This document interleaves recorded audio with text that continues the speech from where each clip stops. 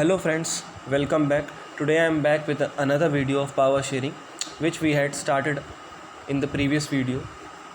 तो power sharing की next part की बात करते हैं। जो रिमेनिंग एक ही टॉपिक बचा था जिसका नाम था फॉर्म्स ऑफ पावर शेयरिंग। तो आइए चलिए डिस्कस करते हैं इसको और अच्छे से समराइज़ करके पढ़ते हैं। The idea of power sharing has emerged in opposition to the notions of undivided political power. कहने का मतलब क्या है, पुराने ज़माने में कई अरसे से जैसा होता आ रहा था, ये माना जाता था कि भाई पावर जो शेयरिंग है वो नहीं होता था और जो पावर थी एक ही बंदे के हाथ में रहा करती थी।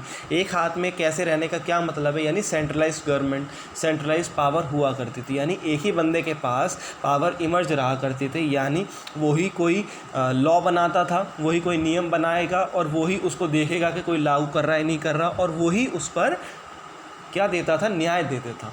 यानी तीनों काम वो करेगा। लेजिस्लेचर का भी वही काम कर रहा था, कोर्ट्स का भी वही काम कर रहा था और जुडिशरी का भी काम और एग्जीक्यूटिव का भी काम वही कर रहा था। यानी तीनों ऑर्गन्स जो होते हैं गवर्नमेंट के आज की डेट में, वो तीनों का काम अकेला बंदा कर रहा होता था।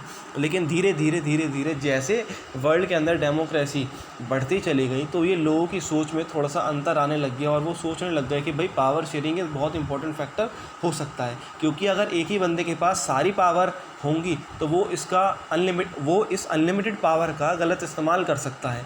अब वो किसके खिलाफ कर सकता है? जी हाँ, जो सोशली वीकर सेक्शंस है सोसाइटी के, जो इकोनॉमिकली वीकर सेक्शंस है सोसाइटी के, वुमेन के खिलाफ, माइनॉरिटीज़ के खिलाफ, या जो लोग उसे पसंद नहीं हैं वो एक ही अपने जो सोशल ग्रुप है उसको मद्देनज़र रखते हुए कोई भी नियम ला देगा, कोई भी कुछ कर देगा, किसी को भी प्रताड़ित कर देगा, किसी को भी जेल में डाल देगा बिना किसी कानून के। तो कोई सवालिया जवाब करने वाला भी तो होना चाहिए। तो इसको देखते हुए पावर शेयरिंग एक बहुत इंपॉर्टेंट फैक्टर माना गया है डेमोक्रेसी के अंदर। अगर कोई भी एक लोकतांत्रिक देश है तो उसके अंदर ये एक बहुत इंपॉर्टेंट फैक्टर है जिसका नाम है पावर शेयरिंग। तो हम इसी को आगे पढ़ते हैं। तो एक मॉडर्न डेमोक्रेसी के अंदर काफ़ी सारी मॉडर्न फॉर्म्स हैं इसकी, फॉर्म्स ऑफ पावर शेयरिंग। कई अलग अलग फॉर्म्स में पावर शेयर की जाती हैं किसी कंट्री के अंदर, डेमोक्रेसी के अंदर। पहला है power is shared among different organs of the government. जैसे कि पावर जो है वो गवर्नमेंट के अलग अलग ऑर्गन्स में शेयर की जाती है, जैसे कि लेजिस्लेचर, एग्जीक्यूटिव एंड जुडिशरी। मैं आपको बता दूं, there are 3 organs of government which are legislature, executive and judiciary. यानी 3 ऑर्गन्स होते हैं गवर्नमेंट के जिसका नाम है लेजिस्लेचर, एग्जीक्यूटिव एंड जुडिशरी। अब भाई लेजिस्लेचर का काम क्या होगा? लेजिस्लेचर यानी लॉ मेकिंग, जहाँ पर लॉ बनता है, जहाँ पर नियम बनता है कोई। और नियम कहाँ बनता है हम सब जानते हैं, पार्लियामेंट, संसद जिसे कहा जाता है। इंडियन पार्लियामेंट का क्या नाम है? संसद नाम है, संसद कहा जाता है। वहाँ पर कोई नियम बनता है।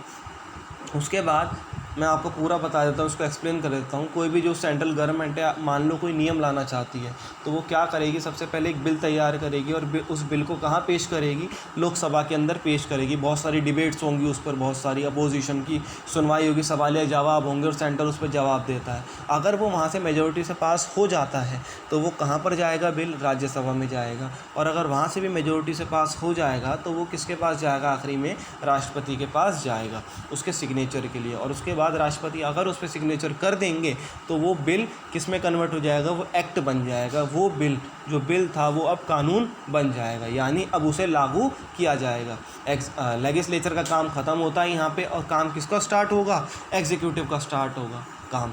एग्जीक्यूट मतलब देखना कि भाई लागू हो रहा है नहीं हो रहा है नहीं। और तीसरा जुडिशरी के अंदर हमारे आते हैं courts, high court. State level पे हाई कोर्ट्स होते हैं, डिस्ट्रिक्ट लेवल पे डिस्ट्रिक्ट कोर्ट्स होते हैं, गांव के लेवल पे पंचायत होती है, और इंडिया नेशनल लेवल पर सबसे हाई लेवल पर सुप्रीम कोर्ट्स होते हैं। इनका काम क्या है? अगर आप उस नियम को बिल्कुल सही तरीके से फॉलो नहीं कर रहे तो आपको दंड देना, सुनाना। तो बेसिकली 3 लेवल होते हैं, 3 ऑर्गन्स होते हैं गवर्नमेंट में जिसमें पावर शेयर की जाती है। पहला तरीका ये था। और इसके अंदर ऐसा क्यों है भाई? अलग अलग लोगों को अपनी अपनी पावर्स है, हर किसी के पास लिमिटेड पावर्स है। और मैं बता दूं कि कोर्ट्स जो हैं वो इंडिपेंडेंट ऑफ किसी भी सरकार रहते हैं, यानी कि कोई भी सरकार इन कोर्ट्स पर दबाव नहीं बना सकता कि आप हमारे फैसले में, हमारे हक में कोई फ़ैसला दो। कोर्ट्स जो होते हैं इंडिपेंडेंट होते हैं, वो किसी के भी हक में, किसी के भी पक्ष में, विपक्ष में फ़ैसला दे सकते हैं। तो ये एक बहुत बड़ा फ़ायदा होता है पावर शेयरिंग का, जो कि अगर हम इस हॉरिजॉन्टली लेवल ऑफ डिस्ट्रीब्यूशन में पावर शेयर करते हैं। ठीक है भाई। अगला पॉइंट है हमारा, power can be shared among governments at different levels. मैं आपको बता दूं मेनली 3 लेवल्स होते हैं हमारे जैसे देश में, बड़े देश में, बहुत विभिन्न देश में, भिन्न देश में, जिसमें भिन्न भिन्न प्रकार की जातियाँ, लोग, धर्म रहते हैं, ट्राइब्स रहती हैं, वहाँ पर 3 लेवल्स की गवर्नमेंट होती हैं। पहला जो पूरे देश के लिए होगी जिसे सेंट्रल गवर्नमेंट कहा जाएगा, दूसरा स्टेट लेवल पे भी हमारे यहाँ गवर्नमेंट्स होती है जिसे स्टेट गवर्नमेंट्स कहा जाता है, और तीसरे लेवल पे ये संशोधन, हमें संविधान में संशोधन करना पड़ा था इंदिरा गांधी के टाइम पर, जो कि पंचायती राज उसके बाद आया। गाँव के अंदर पंचायत होंगी लेकिन शहरों के अंदर म्यूनिसिपैलिटीज़ होंगी। ये होता है power can be shared among governments at different levels. ये था हमारा second point, second form of power sharing. इसके बाद हम बात कर लेते हैं, हमारा तीसरा पॉइंट निकल कर आता है, पावर में also be shared among different social groups such as religious and linguistic groups. मैंने आपको बताया था भाई, अगर कोई भी किसी भी सोशल ग्रुप्स को आपको माइनॉरिटी घोषित करना है कि बताना है वो माइनॉरिटीज़, तो वो 2 तरीके से माइनॉरिटी हो सकता है वो ग्रुप। पहला कि भाई वो संख्या में कम हो, रिलीजन के तौर पर रिलीजियस उनकी माइनॉरिटी हो, रिलीजियस वाइज वो संख्या में कम हो, और दूसरा लिंग्विस्टिक बेसिस पर भी होता है जिस पर अमूमन लोग ध्यान नहीं देते। जैसे मान लीजिए केरल और तमिलनाडु में लोग हैं, एक जगह तेलुगु वाले मेजॉरिटी में, लेकिन दूसरी राज्य में तेलुगु वाले क्या हैं, माइनॉरिटीज़ में हो जाते हैं। तो ये फ़र्क है जिससे बहुत ज़्यादा विवाद भी हुआ था तेलंगाना में। हिस्ट्री में नहीं जाऊंगा ये बताने के लिए, हम हिस्ट्री में ही पढ़ेंगे, टॉपिक क्लियर करेंगे कैसे तेलंगाना वगैरह बने। तो आगे बात कर लेते, जैसे हमने बेल्जियम के बारे में पढ़ा, वहाँ तीसरा लेवल था गवर्नमेंट का जिसे का नाम था कम्युनिटी गवर्नमेंट। कम्युनिटी गवर्नमेंट जिसका नाम था, जो कि किस मुद्दों पे देख रही थी, जो भी कल्चरल इश्यूज़ होंगे, जो भी माइनॉरिटीज़ इशू होंगे, जो भी लिंग्विस्टिक इश्यूज़ होंगे, इन इश्यूज़ को उठाएगी और इन पर नियम वगैरह देगी, जिसमें दोनों ही पक्ष के लोग बैठेंगे, दोनों ही लिंग्विस्टिक लोग बैठेंगे, यानी फ्रेंच वाले भी होंगे, डच वाले भी होंगे। तो ऐसा कहा जाता था। इससे जितने भी हैं अरेंजमेंट्स अच्छे हो जाते हैं। लेकिन हमारे जैसे देश में यहाँ हमने संवैधानिक अरेंजमेंट्स करे हुए हैं, लीगल अरेंजमेंट्स करे हुए हैं, जहाँ पे वीकर सेक्शंस को, सोशली वीकर सेक्शंस को और वुमेंस को स्पेशल हमने अधिकार दिया है। जैसे जब देश का संविधान बन रहा था और जो हमारे ड्राफ्टिंग कमेटी के चेयरमैन थे जिनका नाम था भीमराव अम्बेडकर, BR अम्बेडकर जी, हाँ, उन्होंने क्या करा था संविधान के अंदर, क्योंकि वो जानते थे जो दलित लोग हैं, हरिजन लोग हैं, उनकी क्या स्थिति है इस देश के अंदर, कैसे उनके साथ दुर्व्यवहार किया जाता है, तो उनके लिए उन्होंने गवर्नमेंट जॉब्स में, गवर्नमेंट यूनिवर्सिटीज़ में क्या रख दी, कुछ सीट्स रिज़र्व रख दी। पार्लियामेंट में ऐसी जगह पे कुछ जगह सीट्स रिज़र्व रख दी ताकि वो भी एडमिनिस्ट्रेशन में आ सकें, गवर्नमेंट के साथ बिल्कुल ही अलग ना हो जाए, ये कहने का मतलब है। इसके बाद वुमेंस के लिए भी 1/3 of total number of seats reserve रहते हैं यहाँ पर। तो ये करा गया है ताकि वुमेन जो डोमेस्टिक वायलेंस का शिकार होती है उनके टॉपिक में भाई उनको सुनने वाला भी तो हो कोई। मान लीजिए किसी वुमेन के ख़िलाफ़ बहुत ज़्यादा गलत हो रहा है तो उसके लिए उसके टॉपिक को उठाने के लिए सरकार के सामने कोई वुमेन्स भी तो होनी चाहिए वहाँ पर।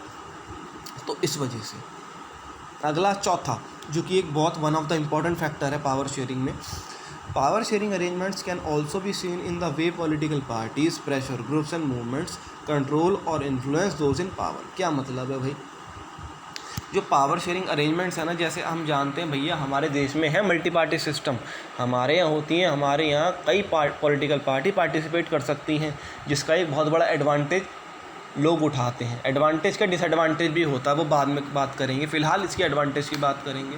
दूसरा, बहुत सारे प्रेशर ग्रुप्स हैं छोटे छोटे जो कि सरकार को इन्फ्लुएंस करते हैं और जो कि मूवमेंट्स को भी इनकी कंट्रोल और इन्फ्लुएंस करते हैं। कैसे करते हैं, किसी भी देश की सरकार को सवाल जवाब होने के लिए उस देश का अपोजिशन स्ट्रॉन्ग होना बहुत ज़रूरी है।